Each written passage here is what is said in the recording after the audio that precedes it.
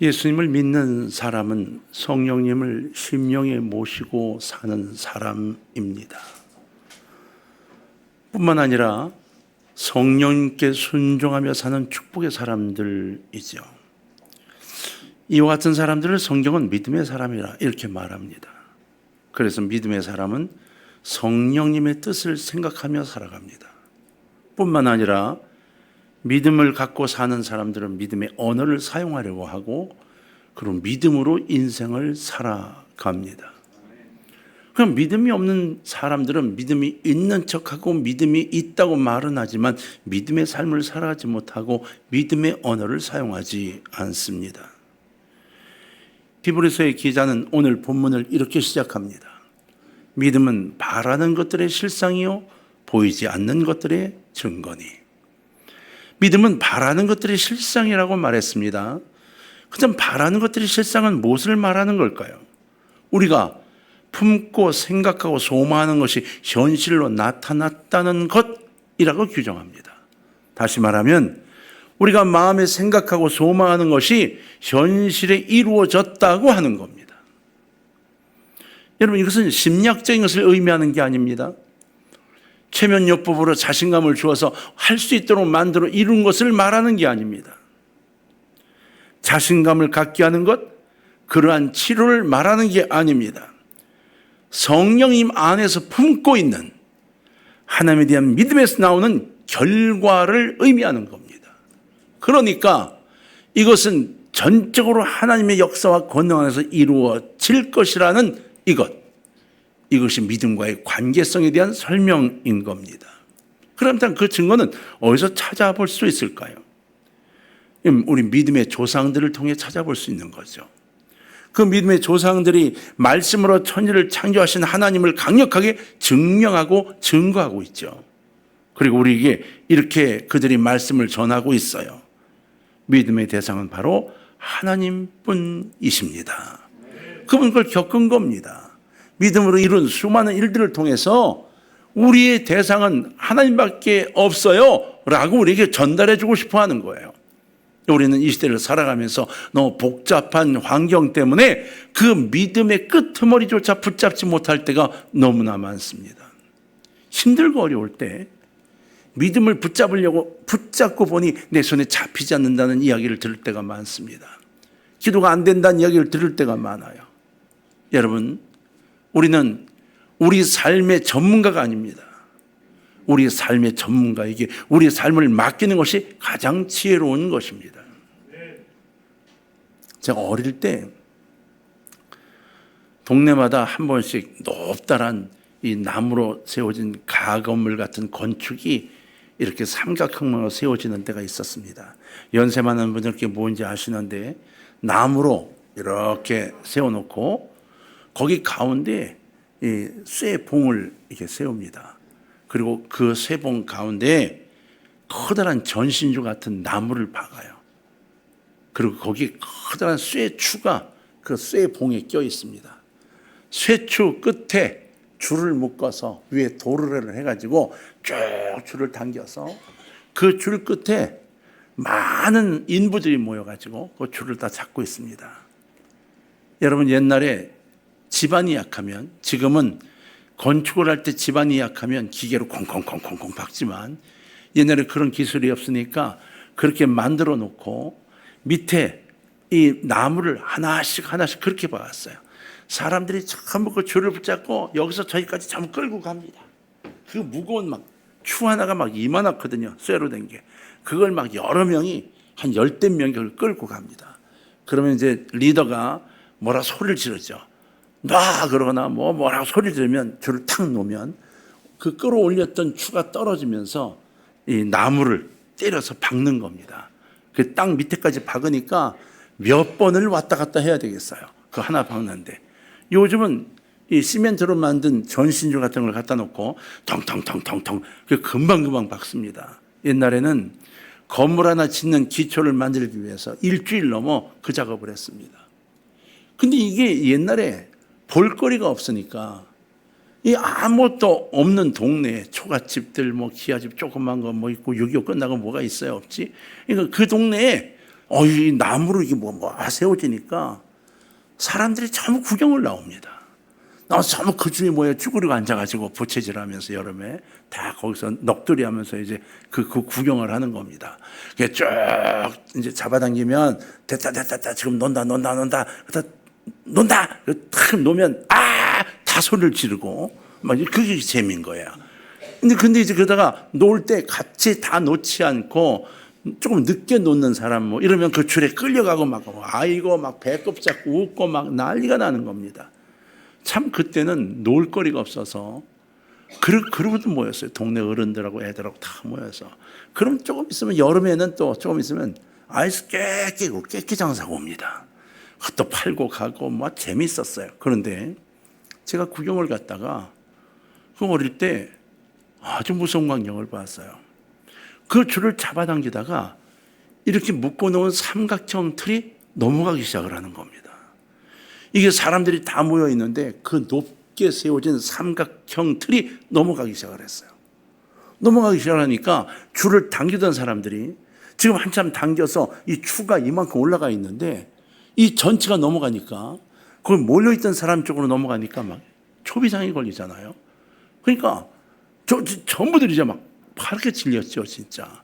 그런데 그때까지 줄을 당기라고 하면서 노래를 부르면서 하다가 에이 이렇게 놓게 하던 그분은 가만히 있고 연세가 많은 옆에 앉으셔가지고 가만 보고 있던 분이 갑자기 뛰어나오시더니 어떻게 막 지시를 하기 시작을 하더라고요.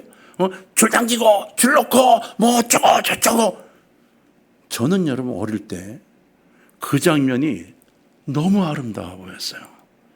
연세 많은 분이 아무 소리 안 하고 가만히 있던 그분이 갑자기 나오시더니 여러 사람이 줄을 이쪽 놓고 저쪽 나무 밀어 어쩌고 저쩌고 넘어가던 삼각틀이 멈칫하고 다시 제자리로 돌아갔어요.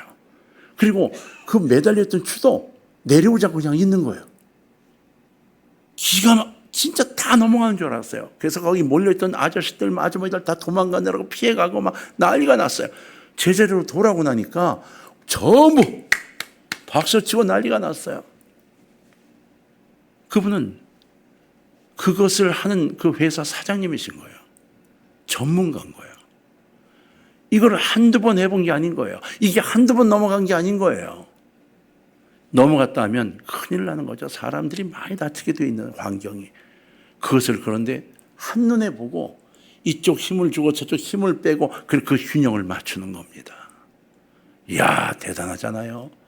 박수를 쳤는데 그 아저씨 어떻게 하냐. 아주 쿨하게 도로 들어가서 신문 보시기 시작을 하더라고요.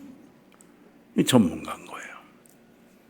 여러분, 배도 마찬가지예요. 배도 풍랑 속에 들어가 배가 빠지게 될 때라도 전문가는 그 배가 풍랑 가운데 이겨날 수 있도록 만드는 방법을 머릿속에 계산하고 그 일을 주도하고 가는 겁니다. 사랑하는 성도 여러분, 한번 정리를 좀 해보세요. 내 삶에, 내 인생 항로에, 내가 인생 항로를 항해 갈 때 누구를 의지해야 할 것인가 하는 거예요. 내가 나를 의지할 수 있겠는가? 내 인생을 내가 의지하고 내게 맡길 수 있겠는가? 내 인생 삶의 전문가가 나인가? 요즘은 여러분 이렇게 가르쳐요. 내 인생은 누구 것? 나의 것. 내 인생은 내 거다. 그러니까 내 인생은 흥하든 망하든 내가 살아요. 그리고 망하면요. 그건 바보예요. 진짜 인생을 이끌어갈 수 있고 성공할 수 있도록 만들 수 있는 전문가가 있다면 그게 물어야 되는 거예요. 여러분 인생에 여러분 자신 인생을 책임질 수 있는 전문가라고 자신할 수 있나요? 아니면 내 인생을 이끌어갈 분이 있다는 사실을 인정할 마음이 되어져 있나요? 저는 이렇게 부탁하고 싶어요. 잔잔한 파도가 일 때에도 무서운 풍랑이 일 때에도 우리 인생의 선장 되시는 분이 있는데 바로 우리 주님이라고 하는 거예요. 그분이 우리를 창조하셨고 우리의 인생을 만들어 오시고 이 땅에 보내셨고 우리를 이끌어 가시거든요. 그분만이 나의 삶을 책임질 수 있는 거예요. 그러므로 내 인생을 내가 책임지는 무모함을 갖는 것보다 주님께 묻고 그분에게 맡기는 것이 훨씬 더 유리하지 않겠냐고 하는 겁니다. 바로 예수님이 우리 인생 항로의 전문가이십니다. 바로 그분에게 내 인생을 맡길 수 있는 것, 전적으로 맡길 수 있는 것, 이것이 믿음입니다. 믿음 없이는 맡길 수가 없습니다. 그래서 내가 나를 붙들고 떨고 좌절하고 어려워하게 되는 거예요. 사랑하는 성도 여러분, 힘들어하지 마십시오. 우리 삶의 전체를 이끌어 가실 우리 주님에게 내 삶을 맡길 수 있는 마음의 결단들을 준비하시기를 주의 이름으로 부탁합니다. 이스라엘의 이대왕 다윗은 간음죄를 지었죠. 그리고 그 죄를 덮기에 충실한 부하를 일부러 죽음으로 내몰았습니다. 얼마나 못된 왕입니까? 그런데 하나님이요, 성경에 이렇게 기록했어요. 다윗을 가르쳐 마음에 합한 사람이다. 하나님 마음에 합한 사람이다. 그 이유가 무엇인가요? 바로 회개하고 용서를 구했다는 겁니다. 다윗이 뻔뻔하게 고개를 쳐들고 덤벼든 게 아니라 무릎 꿇고 회개하고 죄를 뒤집어쓰고 울며 회개했다는 거예요. 용서를 구했다는 거예요. 그래서 하나님이 그를 용서하셨어요. 그리고 그를 사용하시기 시작했습니다. 다윗은 과거의 실수에 머물지 않았습니다. 은혜를 사모하며 살았습니다.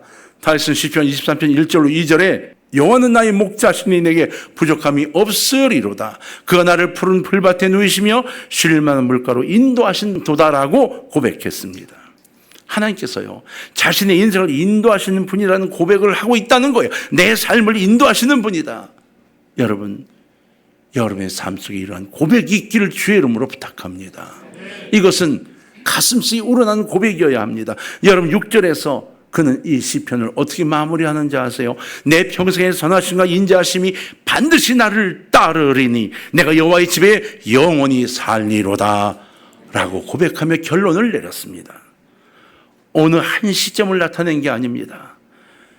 선하심과 인자하심이 나와 함께 할 거야, 그날 함께 하실 거야 가 아니라 내 평생이라고 지적하고 있어요. 다윗은 하나님이 내게 역사하시는 역사는 내 평생이라고 말하고 있는 거예요.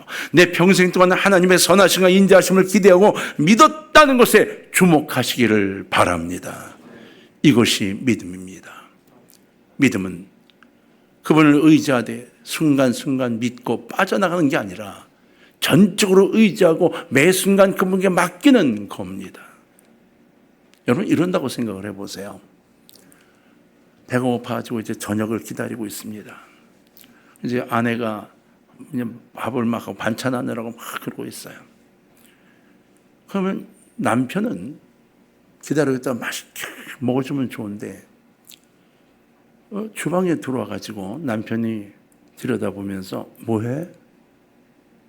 생선 구워? 이렇게 젓가락으로 찍어 맛보고 싱거운 것 같은데 맛소금을 좀 치지? 그리고 이쪽에 끓이고 있는 된장찌개를 조금 찍어 먹고 된장 맛이 왜 이래? 청양고추 좀 넣지? 반찬 만드는 거 하나하나 참견을 해보세요. 남편의 사랑이 막 느껴지죠? 반찬을 만들면 너무 기분이 좋아서 여보 고마워 막 이 기쁨이 넘쳐 흐르죠? 응? 네가 해 처먹어 이러고 싶죠? 날 못 믿는 겁니다. 밥솥 열어보고 밥이 제대로 됐나? 밥솥으로 그냥 확 그냥 그러고 싶지 않나요? 못 믿는 겁니다. 무슨 얘기인지 이해가 될 겁니다. 하나님, 내 인생을 맡길 수 있다면 전적으로 맡기는 분으로 인정하시기를 바랍니다. 그래 그분 앞에 무릎을 꿇고 주님 죄송해요. 그저 이 한마디 솔직하게 순수하게 정말 죄송해요. 이 한마디가 정말 중요한 것이죠.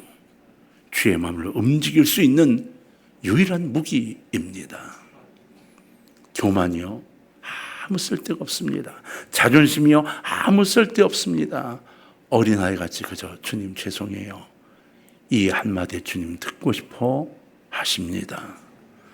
하나님 우리가 믿음으로 하나님과 동행하심과 복되심을 소망하는 사람이 되기를 원하고 계신다는 것을 다윗은 알고 있었어요. 우린 다윗 보고 뻔뻔하다고 말하나요?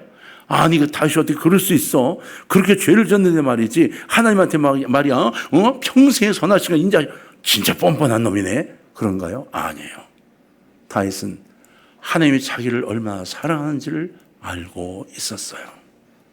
하나님은 우리를 사랑하고 계십니다. 그분께 다가서시기를 바라요. 여러분 요셉의 이야기를 잠깐 살필까요? 요셉은 고난 속에서 은혜를 입은 대표적인 인물이죠. 요셉의 인생은 파란만장한 인생의 표본이라고 볼 수 있어요. 노예를 팔려가는 기막힌 인생가 됐죠. 또 형제들에게 팔렸어요. 형제들이 자기를 팔아버렸어요. 기막힌 신세예요. 노예로 팔려갔죠. 팔려가서 강간 미수범이 돼가지고요. 감옥까지 갔어요. 옥살이 했어요. 아니 무슨 상관도 없는 것에 누명을 쓰고 간 겁니다. 옥살이를 그냥 1, 2년 했어요? 아니에요. 만일 말이에요. 요셉이 이러한 삶에 절망하고 낙심하고 믿음을 저버렸다면 요셉의 이야기는 성경에 기록되지 않았을 거예요. 그러나 믿음의 사람은 바로 이 요셉이 있던 처지, 이 처지를 읽어야 된다고 이야기를 하는데 요셉은 어떻게 했는가? 끝까지 하나님을 신뢰하고 기대하고 믿었다는 겁니다. 하나님 날 들어 쓰실 거야. 지금은 이렇지만 분명히 하나님 날 들어 사용하실 텐데 언제 어떻게 사용하실 거지를 기대했다는 거예요. 여러분 그 믿음대로 요셉은 총리가 되어 자신을 노예로 판 형제들과 가족을 기근에서 구원하는 구원자가 됩니다. 은혜는 여러분 시련 속에서 찾아옵니다. 홍수 속에서도 가뭄의 한복판 속에서도 학대 속에서도 하나님 은혜를 느끼게 되는 것은 믿음의 사람이 주어진 축복입니다. 여러분 오늘 어떤 처지에 처해 있으신가요? 낙심하지 마십시오. 성령의 사람입니까? 그렇다면 절대로 낙심하거나 포기하지 마십시오. 그런 때일수록 오히려 은혜를 사모하시기를 주의 이름으로 부탁합니다. 하나님의 은혜를 선포하고 기대할 때 아무리 혹독한 시련의 광야에서도 은혜의 꽃은 피어나도록 되어 있는 겁니다. 성령께서 함께 하시잖아요. 그러면 그 성령의 역사에 있는 사람은 질병의 공포에서 벗어납니다. 죽음의 공포에서 이겨낼 힘을 얻게 됩니다. 신앙생활을 수십 년을 했는데도 죽음의 공포에서 벗어나지 못한 사람을 자주 만납니다. 수십 년 신앙생활하고도 죽을까 봐 걱정하는 사람을 얼마나 자주 보는지 모릅니다. 그분은 천국을 믿지 않는 거예요. 만약에 천국을 믿으면 내가 구원받은 것이 확신이 없는 거예요. 또는 하나님이 계심을 믿지 않는 거죠. 그냥 교회를 놀러 다니는 거예요. 동광의 가족 여러분, 여러분들은 주님 안에 들어오시기를 주의 이름으로 부탁합니다. 구세주 예수님을 만나고 구원의 확신을 갖고 분명하게 주님 안에서 믿음을 갖고 한 길을 걸어나가는 분들이 되기를 바랍니다. 우린 여러분 잘못된 의식을 갖고 살아가면서 이것이 믿음인 양 착각할 때가 있어요. 아닙니다. 지금 우리가 생각해 봐야 할 것은 내가 지금 믿음의 바탕 위에 제대로 서 있느냐 이걸 따져봐야 하는 겁니다. 따져보고 내 자신이 어떻게 걸어가고 있는가를 살펴봐야 해요. 보세요. 어떤 문제가 생겼을 때 이제 망하는 거구나 라고 마음에 결단을 하잖아요. 그러면 망하게 됩니다. 내가 망하는구나 선언을 하잖아요. 망합니다. 농담 삼아 하는 것과 진심은 달라요. 진짜로 망한다고 내 마음에 결단하면 그 사람은 망하게 되어 있습니다. 왜? 기도도 하지 않을 거고요. 일어나려고 생각도 하지 않을 거고요. 하나님의 뜻이 무엇인지 찾으려고도 하지 않을 거고요. 믿음도 사라졌기 때문입니다. 우리는 마음에 품고 있는 자상 이상으로 성장할 수가 없습니다. 언제나 그래서 우리는 하나님의 눈으로 내 자신을 봐야 하는 거예요. 지치고 힘들 때에도 힘들어진 내 모습을 보면서 이게 나야. 하나님이 나를 들어 쓰실 때 어떤 일이 일어날까를 기대하는 중심을 세워야 한다는 겁니다. 여러분 밝은 미래를 내다볼 수 있는 이유가 어디 있습니까? 하나님께서 미래를 우리에게 허락하실 때 가능한 일인 거예요. 미래는 하나님이 반드시 우리를 위해 준비해 두고 계신 겁니다. 하나님 우리에게 복을 주기를 원하세요. 하나님께서 모세에게 명령을 하셨어요. 아론과 그 아들 제사장들에게 이같이 축복하라고 하셨어요. 여러분, 성경을 보면 민수기 6장 24절 27절인데 이렇게 말씀하죠. 여호와는 내게 복을 주시고 너를 지키시기를 원하며 여호와는 그의 얼굴을 내게 비추사 은혜 베푸시기를 원하며 여호와는 그 얼굴을 내게로 향하여 드사 평강 주시기를 원하노라 할지니라 하라. 그들이 이같이 내 이름으로 이스라엘 자손에게 축복할지니 내가 그들에게 복을 주리라. 그렇다면 그 복을 받았나요? 네? 아니, 이 엄청난 축복의 이야기를 이스라엘은 받았나요? 받아서 바벨론의 포로로 끌려갔나요? 왜 그게 됐나요? 이 엄청난 축복을 줬음에도 불구하고 불신 속에서 하나님의 축복을 받지 않았다는 겁니다. 이스라엘 백성들이 이 축복을 믿지 않았다는 겁니다. 하나님 말씀을 믿고 그대로 받아 감사하지 않았다는 겁니다. 각각 자신의 뜻대로 내가 원하는 생각대로 내 이익대로 살았다는 겁니다. 이 엄청난 축복을 이스라엘은 스스로 던져버린 거예요. 사랑하는 성도님들, 우리도 똑같지 않습니까?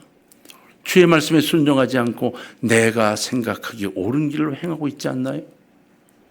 예배에 전념해라. 그럼 어떻게 먹고 살라고? 내 뜻대로 걸어가지 않나요? 기도해라. 좀 더 기도해라. 그러면 내가 뭘 먹고 살고? 여러분, 그래서 하나님 명령을 또 거역하지 않나요? 하나님이 허락하시는 것을 따라가는 게 아니라 내가 원하는 바만큼 해달라고 계속 하나님께 추궁하고 매달리고 있는 것은 아닌가요? 이스라엘이 그러다가 이 엄청난 축복을 받지 못했다는 겁니다. 하나님의 도움을 받아들이기로 선택하셨습니까? 그렇다면 감사하시기를 바랍니다. 하나님 주신 축복을 믿음으로 아멘하여 받아들여 내 것으로 만드시기를 바라고 그걸 따라가시기를 바랍니다. 예수님의 소경에게 믿음을 이끌어내시는 모습을 기록하고 보여주도록 하셨어요. 소경들은 예수님께서 저들의 문제를 해결해 주실 것을 믿고 있었습니다. 이게 굉장히 중요한 거예요. 그런데 믿고 있었던 것으로 끝난 게 아니라 주님이 그 믿음을 확인하도록 하셨어요. 본인들도 확인하게 했고 주변 사람도 확인하게 하고 주님도 확인하셨어요. 두 소경이 예수님을 따라하며 소리질러 외쳤죠. 다윗의 자손이요 우리를 불쌍히 여기소서. 예수님의 질문에 귀를 우리가 기울여야 합니다. 주님이 이렇게 말씀하시죠. 내가 능히 이 일을 할 줄을 믿느냐. 우린 여러분 주님을 찾아야 해요. 그렇죠? 나를 불쌍히 여겨달라고. 그럼 주님이 그래 하시나요? 아니요. 내 믿음을 확인하십니다. 내가 능히 이 일을 할 줄을 믿느냐. 소경은 단호하게 대답했습니다. 주여 그러하오이다. 여러분 예수님께서 기쁨으로 말씀하셨어요. 마태복음 9장 29절로 30절에 보면 예수께서 그들의 눈을 만지시며 이르시되 너희 뭐대로 되라? 믿음대로 되라 하시니 그 눈들이 밝아진지라. 예수께서 엄히 경고하시되 삼가 아무에도 알리지 말라 이렇게 말씀하셨어요. 여러분 이 사건에서 상황을 바꾼 것은 두 소용의 믿음이었습니다.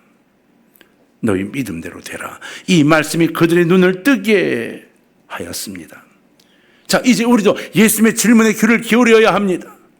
오늘 주님이 우리에게 이렇게 말씀하십니다. 능히 이 일을 할 줄을 믿느냐? 이제 우리의 차례입니다. 우리가 대답을 할 차례입니다. 소경들이 주여 그러하오이다 라고 대답을 했는데 여러분은 뭐라고 대답을 하겠습니까? 잠깐만요. 조건을 좀 보고요. 환경을 좀 보고요. 라고 대답하시겠습니까? 아니면 환경도 필요 없고 다 필요 없습니다. 주님 믿습니다. 이것이 우리의 필요한 것 아닌가요? 이 시대를 살아가는 우리에게는 어떤 시련이 닥쳐와도 하나님만을 신뢰하겠습니다라는 결단의 고백이 필요합니다. 우리 인생의 기적을 일으키는 원동력은 다른 사람의 믿음이 아닌 나 자신의 믿음입니다.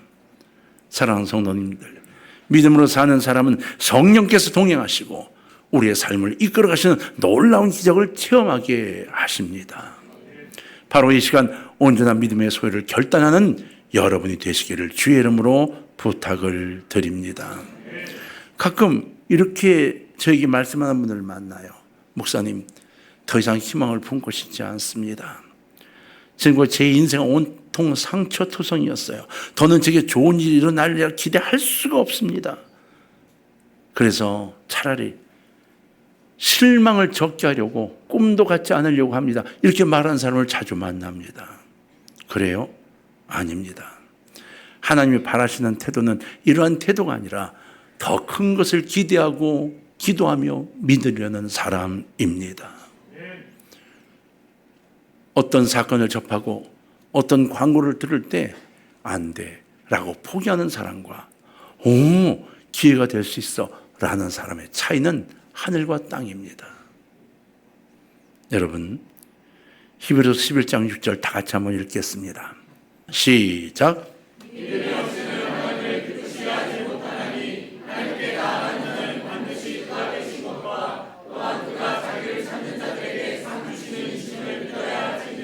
아멘. 믿음이 아니고는 하나님 앞에 설 수가 없습니다. 하나님 앞에서 기쁨을 드릴 수가 없습니다. 오늘 여러분, 적은 믿음에서 한 걸음이라도 더 나가는 믿음을 위해 주 앞에 두 손 모으시는 여러분 되시기를 주의 이름으로 부탁을 드립니다. 예수만 바라보는 우리가 됩시다. 다른 거 쳐다보지 말고 예수만 바라보는 우리가 됩시다. 주님 원하시는 삶을 살아가는 사람이 됩시다. 그래서 항상 성령께서 동행해 주시는 놀라운 축복의 사람이 돼서 이웃에게 주님을 증거할 수 있는 하나님의 일꾼의 변화가 우리 모두에게 있기를 주의 이름으로 부탁을 드립니다.